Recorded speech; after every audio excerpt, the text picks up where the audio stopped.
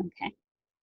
Hey, hey, hey. Welcome to this episode of the Live Your Fuck Yes Life podcast. I'm Amanda Catherine Loy, and today I have a very fucking special guest. And honestly, like a guest I have been so stoked to have on the podcast because ever since reading her book, I have completely fallen head over heels for this human, but also just for this way of talking about a theory that I have wanted to approach on the podcast and talk about candidly for a really long time.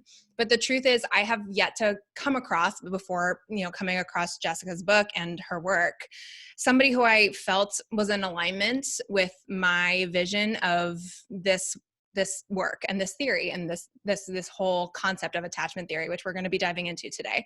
And a lot of you have asked for us to talk about this on the podcast, and I've really wanted to, but I haven't come across a person that I was like, yes, the way they talk about this really, really is in alignment with how I want to talk about this and how I want to have a conversation on the podcast.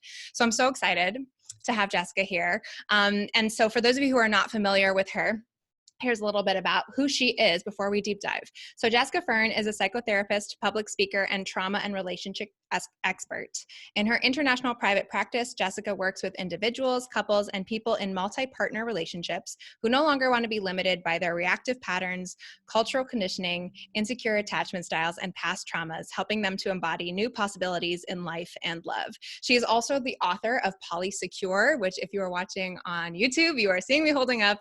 And I truly ate this book up. I devoured it. And I have recommended it to all of my friends, whether they are in non-monogamous relationships or not, frankly. And I'm just so stoked to have you here today. So welcome to the podcast. Thank you, Amanda. It's quite an introduction. I love your enthusiasm. It's always so wild, like when you hear your own voice and your own bio read to you. It always freaks me out a little bit when other people funny. do that. Yeah. Totally. So or it's been weird when people quote me back to myself. I'm like, oh, I wrote that. Truly, I know. As an author too, I'm like, yeah, okay, I forgot that I said right. that. That sounds pretty good. Did I write that? Yeah. Oh my gosh, I love that. Okay, so before we get into attachment theory, because I want to deep dive into this, really, let's go. Awesome. But I'm curious, how did you even get into this work? Particularly, obviously your work as a psychotherapist, I know a lot of therapists identify with attachment theory in their practices, but what has kind of led you to really focus on this particular avenue? Yeah, and you mean even specifically in poly? Yeah, or whatever. Yeah. Yeah, I think it comes from, I haven't talked much about this, sort of my method, so to speak, of a lot of my research training was in grounded theory, where instead of sort of I take the theory and then I try to make it work or impose it onto the data, it's more like, oh, I'm not coming with a theory. I'm just truly listening to the data. I'm seeing the patterns that emerge and then what theory comes out of that. And so as I was with, hundreds, thousands of couples opening up or individuals or polycules struggling with non-monogamy, I'm listening to the data, and I knew the prescription wasn't, oh, just go back to monogamy. This shit's too hard. So as I would start to sort through, what's really going on here, it was like, oh, these are attachment ruptures. That's what's happening. And then as I started to bring that kind of language forward to clients, everyone was like, oh, there was such a relief. It finally had an answer. The feedback I was getting, oh, now this makes sense. Yeah. Instead of we just have to give this shit up because it's too traumatic. I love that. And I it's interesting you say that because I have a lot of friends who identify as non-monogamous or poly or are trying to step into that space, and their therapists are not necessarily poly friendly, or what I would consider poly friendly. And always the answer is, well, this is the thing that's the change. And now you're feeling this rupture, so this must be the thing to remove. Exactly. So I'm curious, were you able to come from that place of, hey, let's look at something else because you yourself are practicing in that space? Or what was your lens that really allowed you to shift that? Yeah, I think Well, I knew that wasn't the answer. It was like, there's too many people that want to do this, and seeing that this isn't just a choice for many people, this is an orientation. Yeah. So, in the same way, I could never work with a non straight person and tell them to be straight. It was like, how could I practice, being a therapist and tell these people to not be who they feel they are, right? So, it's like something else had to be found. And it felt like it's on me as a therapist to figure that out, not the client. I love Yeah. that. Yeah. Yeah. I love that. And I know personally, like, I don't necessarily have a poly identifying therapist, or at least not that I'm aware of.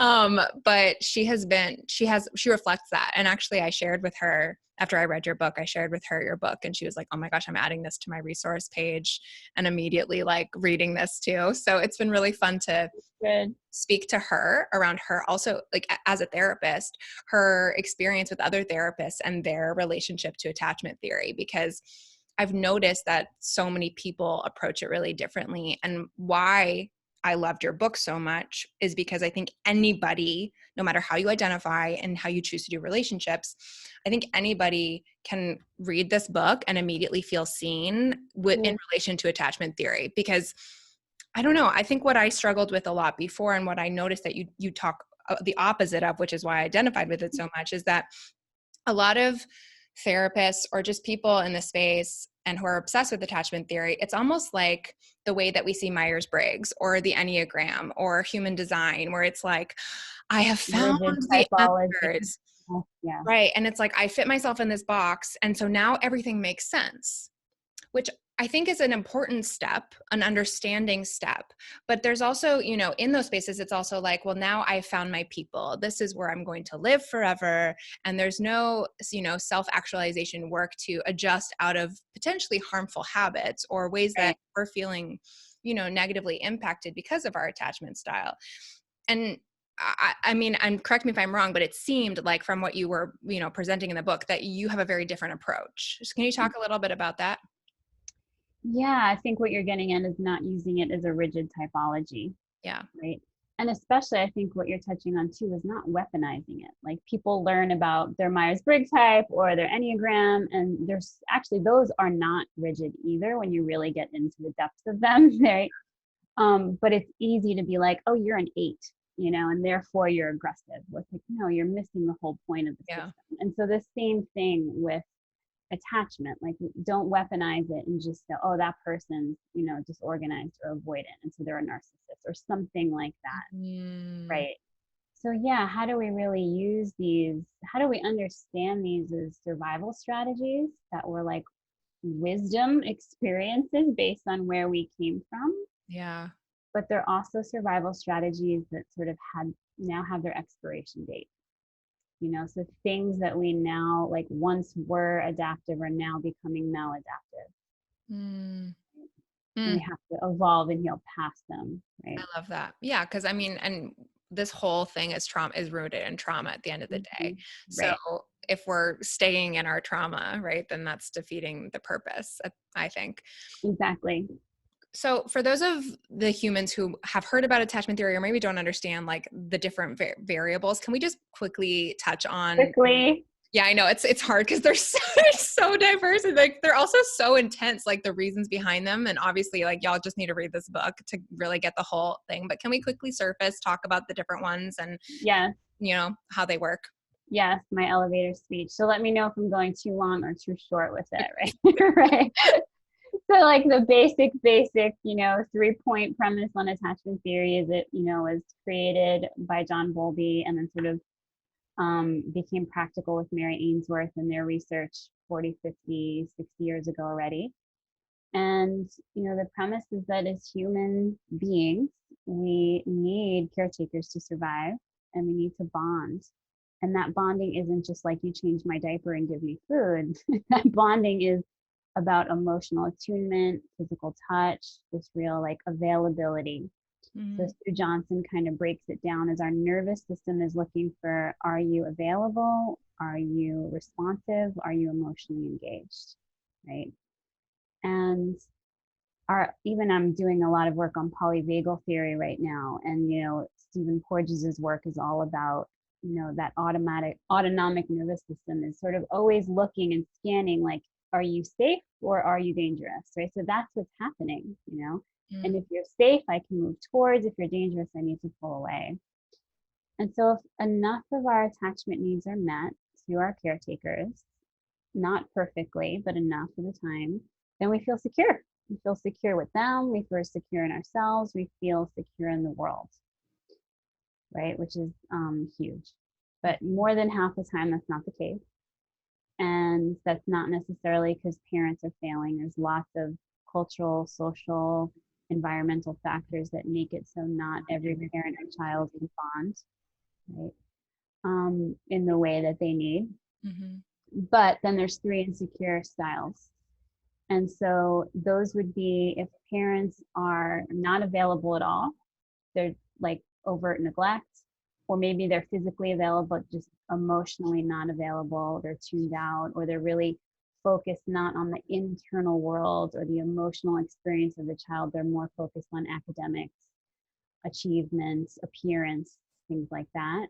A child learns like, oh, I can't really rely on anyone here. I can kind of only rely on myself. So I need to become super self-reliant and keep people at arm's length in order to be safe within myself. And so that's sort of the avoidant, dismissive attachment style, where the attachment system has sort of been shut down, right? There's a deactivation of those attachment needs where I'm not even identifying anymore that I have those needs for connection and intimacy. Maybe a little bit, but like not that much, right? Or only to a certain point. Have you noticed the avoidant, this is one of the insecure types that she mentioned. So there's the avoidant, and I feel like it's a small percentage of humans, but I feel like I can pick an avoidant out from like a crowd based off of, and what I've noticed, and correct me if I'm wrong, but what I've noticed in those humans is that they're almost so independent that they're like, it's used almost as like a positive, like a ruse to support themselves. But at the end of the day, they don't know when to ask for help. They don't ask for help, and they push it away so deeply when it's offered. Exactly. Okay. Yeah, well, I think they're culturally praised, right? Like the idea of independence. So someone who's more avoidant, they know how to do well in school or do well in business and work and things like that.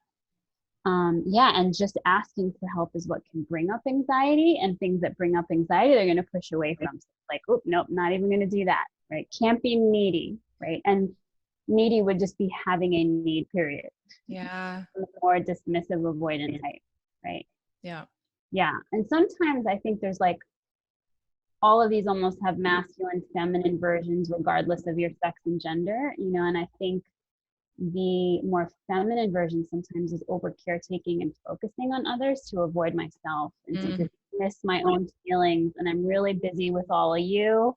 Oh, almost the martyr, right? But no one's actually truly getting their needs met here. Yeah. So that's one of the insecure. The next is sort of the other end of the spectrum. So avoidant, dismissive is deactivating the attachment needs. Then preoccupied or anxious is hyperactivating the attachment needs. And that usually comes from a home environment where there was love, but there was inconsistency. So maybe parents were sometimes around, sometimes traveling, sometimes present, sometimes distracted. Other kids in the house that took time and energy away. Like, there can be a lot of good reasons, again, not parent blaming. But I'm here with you and it feels really amazing. And the child wants that. And then like, whoa, where'd you go? So it's really disruptive. So they learn, oh, if I get a little bigger, if I get a little louder or whinier or demanding, oh, then I get maybe a little bit of what I want. Right? So this person is more hyperactive in their attachment system. They usually are very hyper-focused on their partners or their attachment figures. And there's a constant scanning. Are you there for me or are you not? Okay, today was a good day, but is tomorrow a good day? Oh, sex was good, but is it going to be there tomorrow? Like there's this, oh, you're giving me what I'm going to constantly complain about what I'm not getting. But then when you give it to me, I'm going to I can't really receive it, or I don't feel like I'm worth it, or I don't trust it, right? So there's a lot of stuff churning inside. Yeah. A lot of mental, gymnastics going on around relationships. A lot of overthinking. A lot of overthinking. Yeah. And then the last one is called disorganized or fearful avoidant, and it kind of vacillates between the two. Mm-hmm. And that is usually when there's been more severe trauma, where the person who's supposed to be soothing you, your caretaker, and like alleviating your fear is also the person causing your fear. So that's a really, right, paradoxical nervous system experience where my defense mechanisms are up to fight, flight, or freeze, and I want to be comforted by caretaker, and so the attachment system wants the same person that's, you know, either causing fear, causing harm to someone else or them directly. Yeah. Right. And this can happen in adulthood too, obviously, you know. Yeah, I was just going to ask, because thank you for laying those out, because I think it's really helpful to hear the differentiations. But I was just going to ask, you know, I think so often we hear attachment theory in juxtaposition to us being children, and how, you know, especially within our parents, because those are our caretakers when we're young, Right. or at least we have a guardian of some kind. But do you find that attachment theory is pretty static because of our childhood, or is it impacted by relationships we have, you know, in our teens through adulthood? Because the last one you were just mentioning, it sounds a lot like an abusive relationship, you know, like I'm thinking about like, okay, so many abuse survivors talk about wanting to leave and their person that they're most fearful, but they're also so in love with this person and they feel so supported and there's so many positives that they've experienced. So, you know, like where does that line, or is there a line when it comes to attachment theory? Yeah. So if you unexamine, you'll most likely go on to replicate what you came from, right? That what we came from creates the blueprint of what we just expect, right? Do I think people are going to be there for me or not? Do I think people are going to be consistent or not, right? But the good news is once we start to examine this within ourselves, it's completely healable. And so just because you've had an insecure past, you're not destined to that. You can totally have what's called secure functioning, or earn secure attachment in adulthood. But what you're touching on also is our adult experiences can create new attachment things we never went through, right? That someone could have felt secure in their childhood, and then they go through certain adult relationship traumas and they're in one of those other insecure experiences style. Or they always felt like, I have a friend who was like, she's always been the avoidant one. She's like, I'm totally the anxious one now, you know? And it's like, yeah, because you're a different person now for different reasons, and that relationship was different. So yeah. And then you pepper in or throw in, you know, some non-monogamy. Just gonna say. Yeah. And most people's attachment system is just going completely wonky. I will say, as somebody who has been poly for almost 3 years, you know, I experienced that for sure, you know, and I think it comes back to what you said earlier about, you know, so many people go to therapy and they're opening up or, you know, entering non-monogamy, and immediately it's like, well, just stop this thing because it's shifting, right?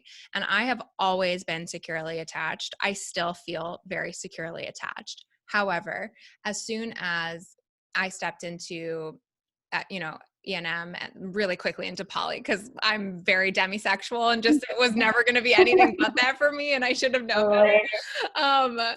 You know, and as soon as my husband and I like took that step, you know, I noticed some anxious attachment patterns pop up for me. And I had never, ever, ever been worried about being replaced or fearful of abandonment or any of these things. And I would have never considered myself like a needy person or somebody who was like, I just need you to affirm me all the time. Like that was just not something I experienced. And then all of a sudden, you know, that was coming up for me. And I'm curious, like, how do you navigate that within your clients? Like when you're talking or even talking about like how that comes up. And I know for me, it felt really bad. Like it felt like this is a bad thing because this is outside of what is my comfort and what I know this relationship to feel like and myself to feel like. So maybe I should take a step back. Right. And I didn't do that because I still was like, this is me, this is my identity, and I'm going to move forward. But I also have done a lot of self-work. So I could step outside of myself and understand what was happening. But I know a lot of people like are just not in that space. So like, how do you even absorb that and step into, you know what I mean? Like, it's scary to have that immediate feeling completely shift, you know? Totally. Yeah, and I think for everyone that's listening who resonates with even what you just said, right, or had their version of like, yeah, whoa, I opened up, whether it was just solo or from a marriage or a relationship, and like all these things started happening that I never experienced. Um, Honestly, at this point, I would say that's pretty normal. Mm. It's really normal because you're going through it. You're like in um oh, my mind just blanked when the butterfly goes through the chrysalis, like the new paradigm, right? And Yeah. all these new things are happening. And so, first, what I do with someone is start to sort through. Like if I was working with you and your husband, I'd be like, okay, let's get to the nitty gritty of, are some of these insecurities actually relationship issues between you and your husband? Right? Or is some of this just your own history that's been nicely masked through being monogamous, Yeah. right? And the structure of monogamy has kept you safe, right? And secure. And now that you don't have that, you're feeling insecure. Or there's a whole new round of just insecurities that you never had to face before because it's a different relationship paradigm. Yeah. And I think that's it, you know, I think that's something that I think I was really naive to yeah, was, hey, I've been in a monogamous framework, living in a society that perpetuates monogamy as the norm my whole life. And now I'm just going to jump right into something completely different, but I'm still in the same relationship. So it felt like not a big shift on one right. hand, but it really is. And I think not acknowledging that is, I've talked a lot about this with my husband, and we were like, yeah, I wish that we had known that and been more intentional around taking smaller steps as we Yeah. shifted into this totally separate way of operating, really, from you know, from so many angles. Yeah, that's definitely my biggest regret. Polly. Totally. And I've seen it enough where I'm more upfront with people, like slow down. Like I know that's not easy for especially the one partner who's like so ready to go and has been wanting to do this. Yeah. But like you are going to prevent so many ruptures, traumas, avoidable hurts if you just slow the fuck down a little bit. Yeah. Like, yeah. And it's hard though. It's hard to slow down when you're excited. Lately, I get Yeah. that. Yeah. Okay, so something that I've been thinking a lot about in the context of non-monogamy, and I think a lot of people who are monogamous or even ENM would say, how do I even build secure attachment in my, because I think there's a difference between having secure attachment within yourself and having secure attachment within your partnerships, because would you agree that you can have differing attachment Yeah. styles in different partnerships? Yes, absolutely. Okay. Yeah, that was my thinking too. And I know you talk about that in the book a bunch. And so, but to me, and I think a lot of people hear secure attachment and immediately go to, okay, well, the things that I have been programmed to believe equal secure attachment are things like living with somebody, being legally bound to them, having a lot of time and their energy. And all of a sudden, if you're opening that up to multiple intimate partnerships, how do you even have one securely attached relationship? You know, like, Totally. is that something that you hear a lot of? Yeah. It's something that I see become really difficult for people.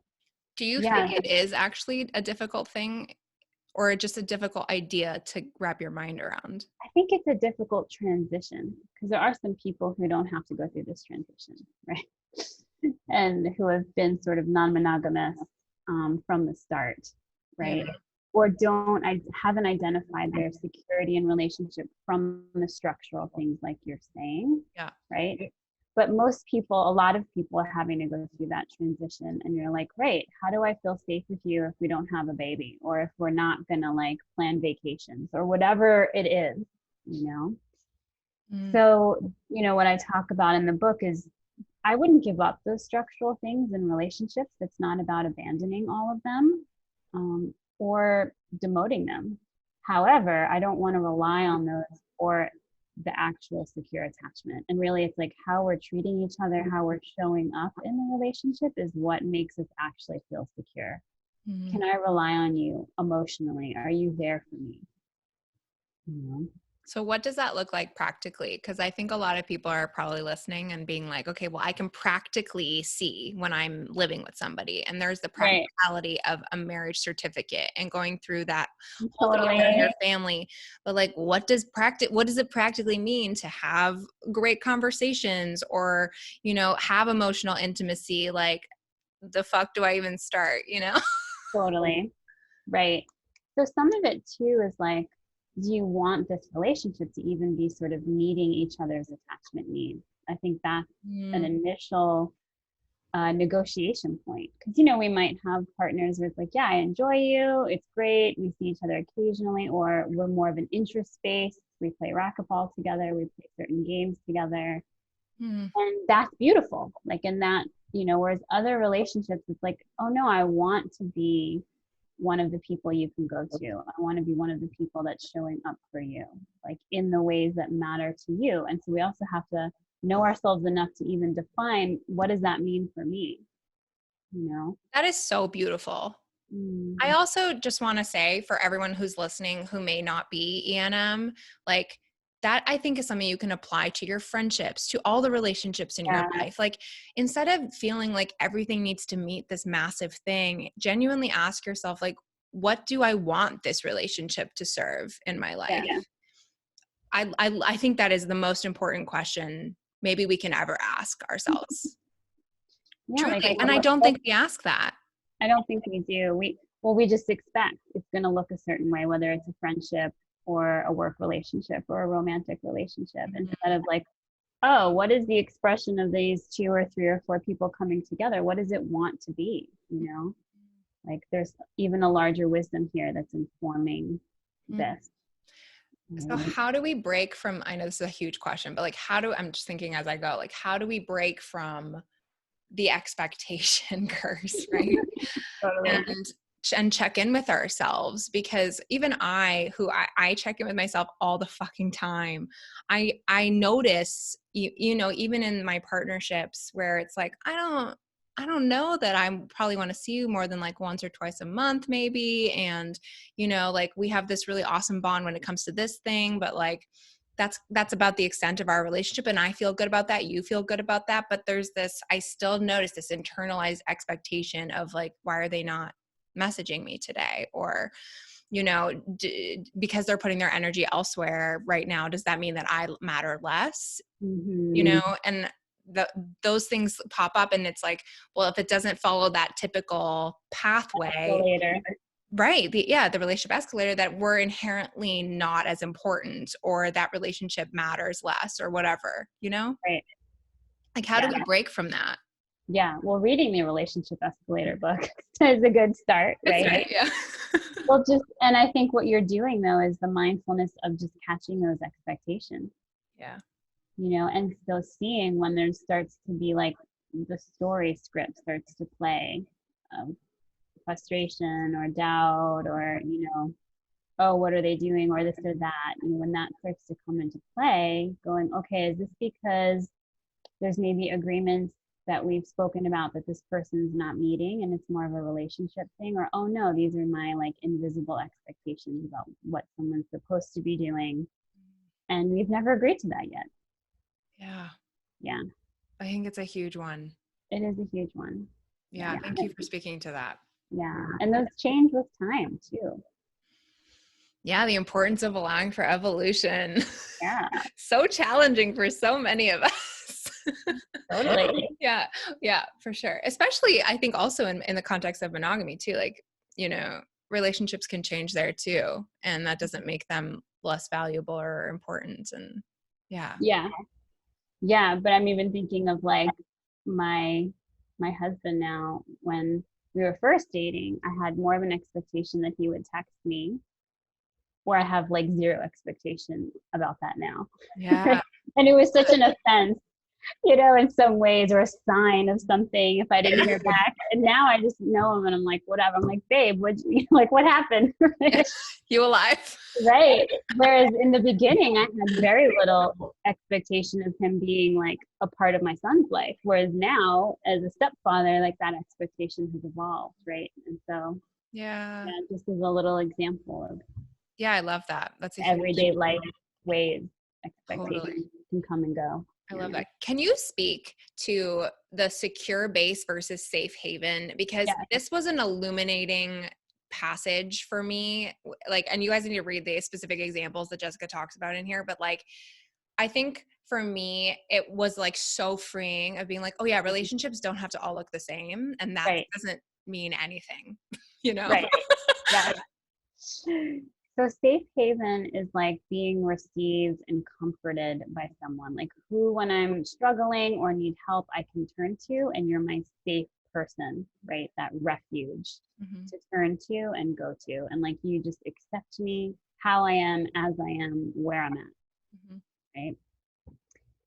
And secure base is like, okay, but who pushes me away and like encourages me to go be big in the world, or to experiment, or to face my fears, or to, finally do that thing I've said I'd wanted to do. Right. So it's that difference of like safety and comfort that we need versus encouragement and even autonomy. That secure base is like, I'll be here when you get back, but like, go be yourself, or even just like, ooh, tell me about that thing that has nothing to do about like me, myself, when I'm listening. So encouraging your partner's interests. So in non-monogamy, secure base would even just be like, yeah, go be with that other person, go have an amazing time, and I'll be here when you come back. Do you think that certain people, partners in our lives, can be both? Yeah, definitely. I mean, I think that has become the monogamous impossibility, is that they're expected to be all aspects of both. Right. Esther Perel, I think, and I quote her in the book, sort of says like, all the things we're expecting from our partners that a whole village used to give us. Totally. It's impossible. But yes, in one partner, we can definitely have aspects of both of those things. But then, as I talk about in the book, some people are like, oh, I have my more safe haven partners, I have my more secure base partners, or people who, different times or different experiences play different of those roles. I think it's so, I think hearing that was like almost a permission slip to just allow each relationship be exactly what it needs to be for me. Even as somebody who has never expected, like even in monogamy, I've never been like, no way does my partner need to fulfill all of the things, like that's why I have friends. That's why I have my mom, like, so there's a multitude of humans. Like, I think I've always been poly, even though I haven't necessarily been practicing it, but I think even hearing it in the way you described it was like, oh, I don't need to necessarily feel secure in all the ways, in my partnerships in order for them to be valid and important. Right. Yeah. So thank you. Yeah. And I'm actually learning a lot about that as a parent, of like, oh, I can't be my son's everything. I just can't. But my son is undoubtedly securely attached to me and his father and his stepfather, Yeah.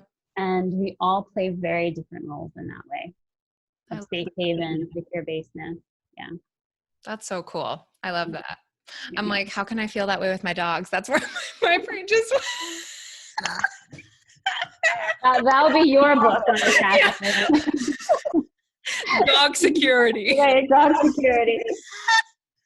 Oh my God. Okay. So what I love about your book, and like I said, you guys, you really need to pick up your copy. I'll put the link in the show notes for you to get your copy. It's on Amazon too. Yeah. If people, it is. Yeah. But again, it's called Polysecure. And what I love about it is the way you go through it. It's just so, it tackles each different attachment style so beautifully.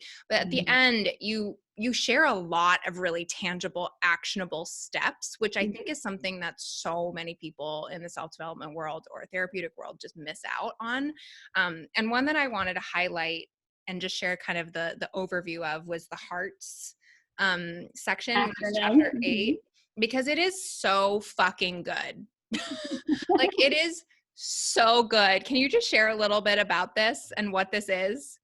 Sure. Yes. Well, the acronym HEART stands H for hear, E for express delight, A for attunement, R for rituals and routines, T for turning towards after conflict, and then S is secure attachment with self, where you do all of those heart to yourself. Yourself. Right. Which is maybe probably our hardest thing to do, I think, as humans. I think so. Yeah.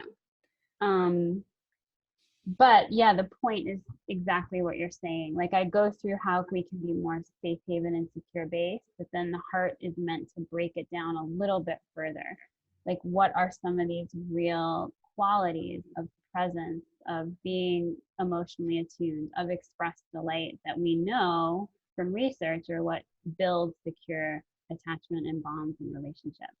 So giving people the, like, here's what it is, here's some suggestions. Of course, I don't have all the answers to it, but like, it gives people a launching pad for what to start to do. I think it's so thoughtful. Yeah, Genuinely. It is so thoughtful. And like, as I've been thinking about it in context with my relationships, you know, I was like, okay, where are there missteps here? Or where can I be adding more to this particular section? And something that I personally realized, like, I do really, really well. And actually, it's funny, before reading this, like, my husband and I were talking, we were like, we're so good at like expressing appreciation and being here with each other, being so present, almost like to the point of like, we're too present, we talk too much, you know, but like, we are not great at setting rituals for our relationship. You know, there's rituals for our life and our day to day, but not so much for our relationships. And that's something that I want to say in the fall, like right after or right before I read your book, we were actively, you know, starting to implement, and it has completely shifted like the way that we feel about our dynamic on a day-to-day, simply because we've added the ritual of sitting and having coffee and tea in the morning for 30 minutes before our day starts now, where we have that connected time together instead of just like, you know, I don't even know, flailing around as we like shower and whatever. And also, I think the biggest one that I think probably most people struggle with is turning towards after conflict, which is so huge, you know, and such a simple like act of like, let's just put our hands together and look at each other. And, you know, I mean, you have a billion other ways of how to navigate that in the book, but I think it's something that we often struggle with as humans. Absolutely. Because when there's conflict, we've been not in our social engagement, loving attachment system brain, you know. One of my clients, he's like, we're in basement brain right now. It's like, yeah, you're in primal defenses. And so it is really hard. And there's a lot of ego that wants to be right, you know, and doesn't want to be humble and just be like, how do we come back to our heart and like what really matters here? Yeah. So if someone's listening to this and they're like, okay, I have one of the insecure attachment styles and I really want to actively work towards building a secure attachment style for myself or within my dynamic of my relationships, what would be like the first thing other than reading your book? Right. Read the book. Yeah. That you would recommend? Yeah. I think it would depend on the attachment style. Okay. But I could say more generally, actually, there's two things I'll recommend. One is the Ideal Parent meditations. So Daniel P. Brown has one on YouTube. And if people reach out to me, I have 4 that I recorded. One is general and one's for the 3 different attachment styles. And that basically is a visualization that walks you through a scenario where you're like with your ideal parents and they're meeting all of your attachment needs. Oh my gosh. And right. And then it's catered more towards each of the styles of what those styles really need. Right? One needs like safety, one needs, you know, consistency and, you know, a little bit more than the others, right? Yeah. So that's one thing. And when people do that for consistently, like you do it, heavy hit it 5-6 times a week for a few months, it really can rewire the attachment system. And what I see initially too is a lot of people start it and then all this grief comes up, so they want to stop because it's hard. Because as you're visualizing the ideal scenario, you're faced also with the pain of that mismatch that you actually had. Yeah. right? But when people let themselves just keep going through it, I've seen it do wonders. So that's one. And then the other is embodiment, right? So this is going to be attachment styles, trauma across the board. Like, how do we get back into our body? Yeah. Right? This is my shit. Yeah.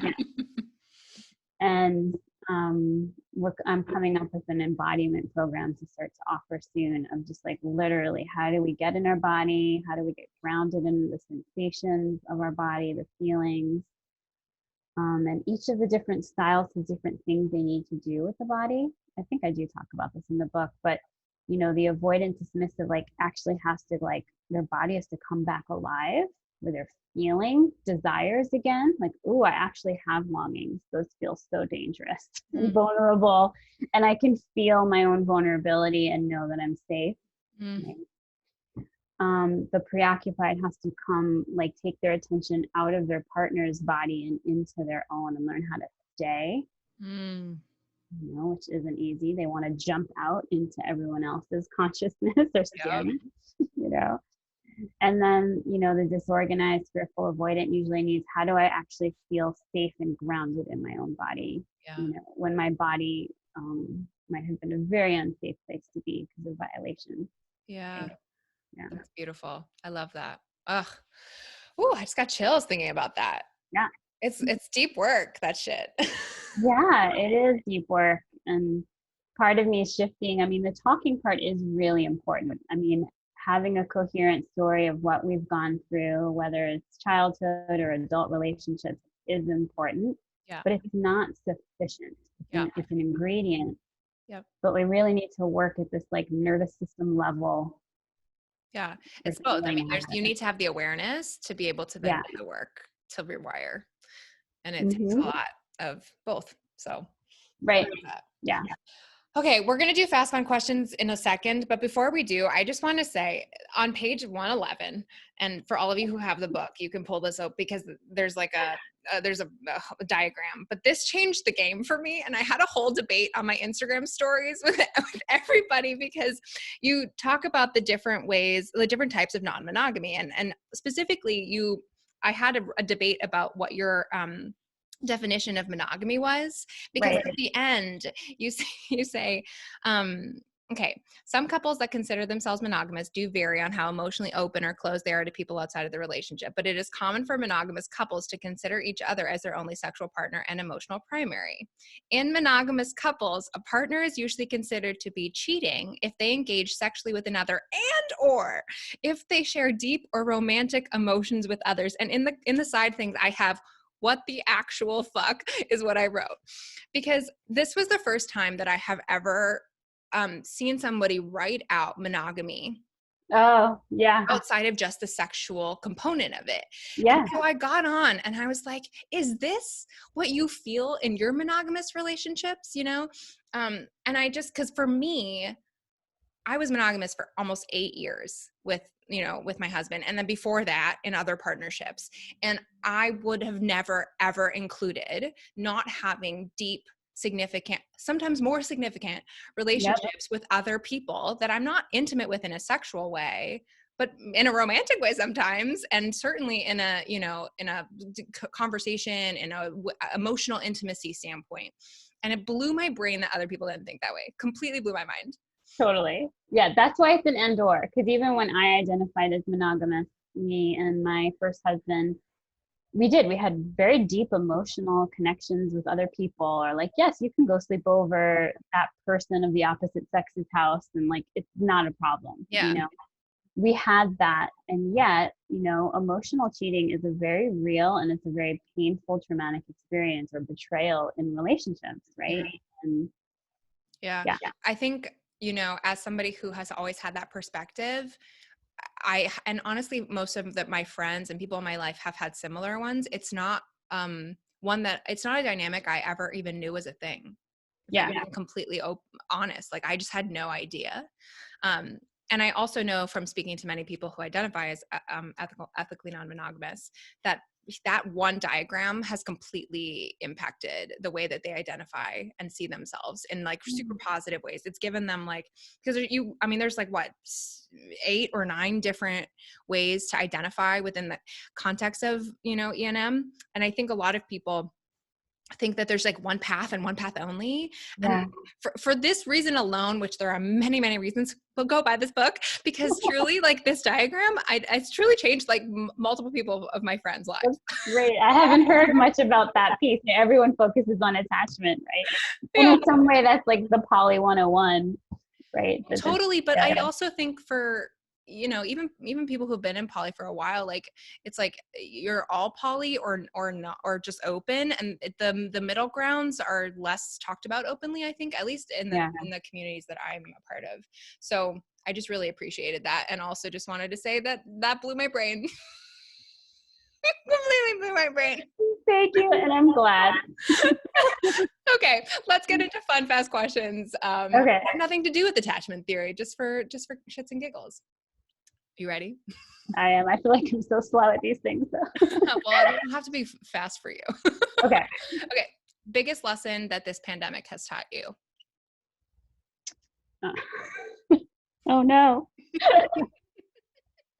What's the first thing that came to your brain? I can't say it. I'll just lose a following completely. Oh, biggest thing the pandemic taught me was I can do my business online. Hey. I'm gonna play it safe with the first one. Yeah. So your whole therapeutic practice has moved online, I'm assuming. Yeah.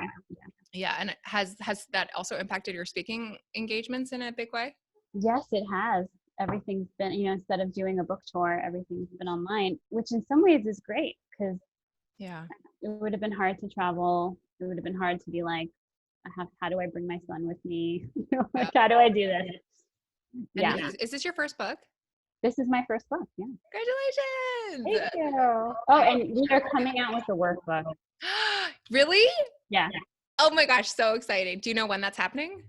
Hopefully within the first draft's going to come out in the next few months. And so my publisher will know better than me, but within the year, I think you're going to see the workbook. Yeah. That's so exciting. We're trying to get it out fast.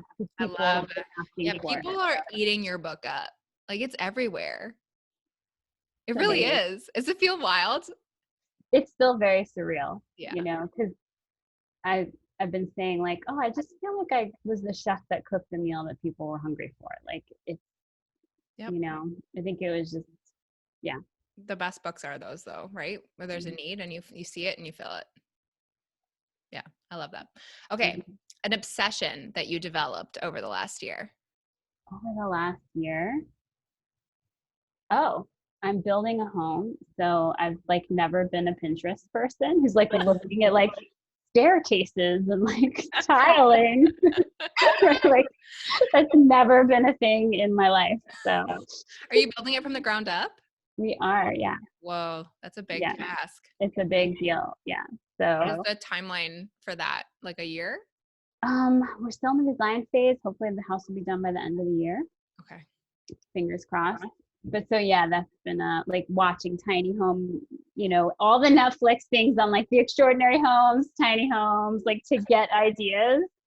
And I'm someone who's like a minimalist that will like live in an apartment my whole life. Yeah, I'm the same way. Yeah. What is your aesthetic that you're like feeling pulled to? Well, yeah, it's a good question. I mean, there's some of me that's like modern, environmental, also wants some cozy, it needs to be a lot of light. So it's not a one aesthetic. Yeah. Yeah, I feel that. Yeah. Well, that's exciting. Congrats. Thank you. Okay. The wildest thing about being a published author. The wildest thing about being a published author. I feel like that answer is going to come later. Like I haven't seen it all yet for sure. I think the surprising thing was I didn't expect things like book clubs. So when I get like a message from a New Zealand group that's like I'm like, oh, I never even thought how this is like a thing. Yeah. So interesting. Yeah. I mean, the best part is getting obviously feedback from people and like positive, connective reach out. Yeah. Some of the wildest things though is when someone's like, there was a typo on page whatever, and I'm like, thank you. Like, I'm happy. Like, that's why you emailed me.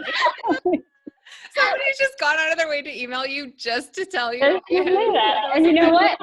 I'm grateful because I was like, hey, wrote the editor, after 30 views and however many eyes, we still missed a typo, but Bob in Iowa caught it. Thank you. Oh my God. I'm sure there are a bunch of typos in my book, and I'm just like, I don't care.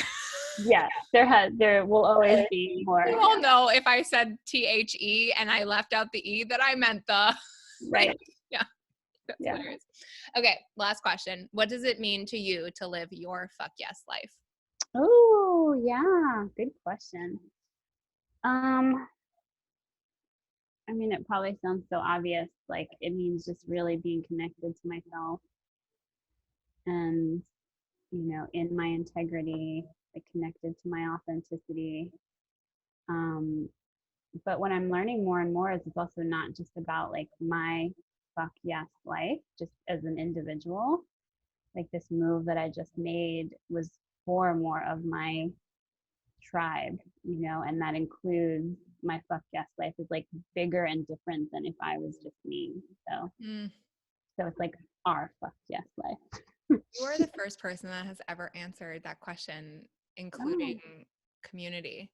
I think some people have talked about impact, but I love that. I think that's so important. And I think that just speaks to also the work you do and who you are as a human. Because I hope if there's one thing that this year has reminded us all of is the importance of humans and our people, and that to ask for help and have lots of points of contact that we can whether you call it tribe or community or cool, whatever you want to call it. But it's I love that, and considering the whole, not just the individual. I think it's really beautiful. Yeah, we moved to a regenerative community, and a lot of it is, I want to be more a part of the solution than the problem environmentally. And that's not easy. Yeah. Like, it sounds great, and it's like there's a lot of reality checks that are like, I've got to give up some shit if I'm going to walk my talk. I've never heard of a regenerative community before. Yeah, you've heard of like sustainable communities. Sure, yeah. Right? And regenerative is kind of taking it a step further, where it's like, we're not just sustaining and not making it worse, we're actually making it better. Where everyone's committed to planting more trees and having an orchard and growing our food and like bringing the wildlife back to this area. Wow, that's amazing. Yeah. I love that. This has been such a beautiful conversation, and truly, like, we just scratched the surface of what is in this book. So obviously, like I said, make sure you guys pick up a copy of Polysecure if you haven't already, but also where can everyone find you online, connect with you, all that good stuff? Yeah, just my website, jessicafern.com. There's some free resources there, and if people subscribe to my website, they'll get notification when there are just like more things coming out, like the workbook or a free class on polyvagal theory and being poly. Right? Love that. Is that also where they can get access? You said those ideal parent meditations that you've also done recordings of. Is that where they can get access of those as well, or is that a separate? Yeah, they can just email me and ask for access, and I'll give you the secret code. I love it. Thank you so much for being here. You're amazing. Thank you for having me. You're awesome.